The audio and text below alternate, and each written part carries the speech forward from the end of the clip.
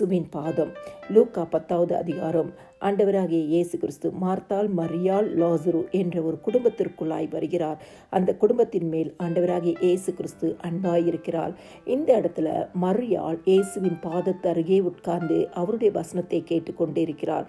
ஆனால் அவளுடைய சகோதரி மார்த்தாளோ பற்பல வேலைகளை செய்வதில் மிகவும் வருத்தமடைந்து அநேக காரியங்களை குறித்து கவலைப்பட்டு கொண்டு கலங்கி கொண்டு இருக்கிறார். ஆண்டவராகிய இயேசுவின் பாதத்தில் அமராத மார்த்தாளுக்கு அநேக காரியங்களை குறித்து கவலை, அநேக காரியங்களை குறித்து வருத்தம், அநேக காரியங்களை குறித்து கலங்கி கொண்டு இருக்கிறதை பார்க்கிறோம். ஆனால் மரியாளோ தன்னை விட்டு எடுபடாத நல்ல பங்கை தெரிந்து கொண்டாள். கிறிஸ்துக்குள் பிரியமானவர்களே, ஆண்டவராக இயேசு கிறிஸ்துவின் பாதத்திற்கு நாம் வரும் பொழுது அவர் மேல் நம்பிக்கை வைக்கிறவர்களாக இருக்கிறோம். அவருடைய பாதத்தில் அமரும் பொழுது இளைப்பாறுதல் கிடைக்கிறது. மரியாளுக்கு இளைப்பாறுதல் கிடைத்தது. ஆனால் மார்த்தாளோ பற்பல வேலைகளை குறித்து வருத்தம் அடைகிறார், கவலைப்படுகிறாய், கலங்கி கொண்டு நிற்கிறார்.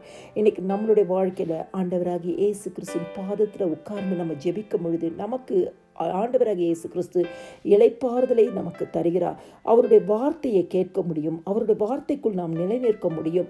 யோவான் 15:5 சொல்லுகிறது, என்னை அல்லாமல் உங்களால் ஒன்றும் செய்ய முடியாது என்று சொல்லி நம்மை தாழ்த்தி ஆண்டுடைய சமூகத்தில் ஒவ்வொரு நாளும் அவர் பாதத்தில் அமரும் பொழுது ஆண்டவராகிய இயேசு கிறிஸ்து நமக்கு அற்புதங்களை செய்வார். யோவான் 11வது அதிகாரத்தில் லாசருவின் மரணத்தை குறித்து பார்க்கிறோம். யோவான் 11:20 சொல்கிறது, மார்த்தாள் இதை கேள்விப்பட்ட போது அவருக்கு எதிர்கொண்டு போனாலாம். இயேசுவின் இடத்தில் வந்து, ஆண்டவரே, நீர் இங்கே இருந்தீரானால் என் சகோதரன் மறிக்க மாட்டான் என்று சொல்லுகிறதை பார்க்கிறோம். ஆனால் இயேசு கிறிஸ்து மரியாளை அழைக்கிறார். யோவான் 11:32 சொல்லுகிறது, மரியாள் வந்து அவரை கண்டவுடனே அவருடைய பாதத்தில் விழுந்து, ஆண்டவரே, நீர் இங்கே இருந்தீனால் என் சகோதரன் மறிக்க மாட்டான். மார்த்தாள் சொன்ன அதே வார்த்தையை மரியாள் சொல்கிறார். ஆனால் இவள் ஆண்டவராகிய இயேசு கிறிஸ்துவின் பாதத்தில் விழுந்து அழுகிறதை நாம் பார்க்கிறோம்.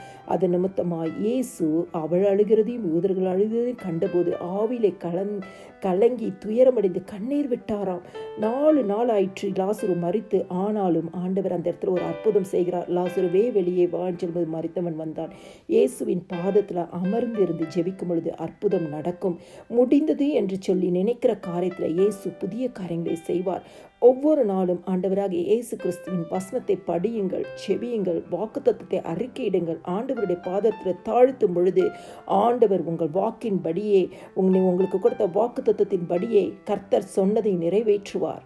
எல்லா துதியும் கனமும் மகிமையும் ஸ்தோத்திரமும் என் ஆண்டவராக இயேசு கிறிஸ்து ஒருவருக்கே. ஆமென்.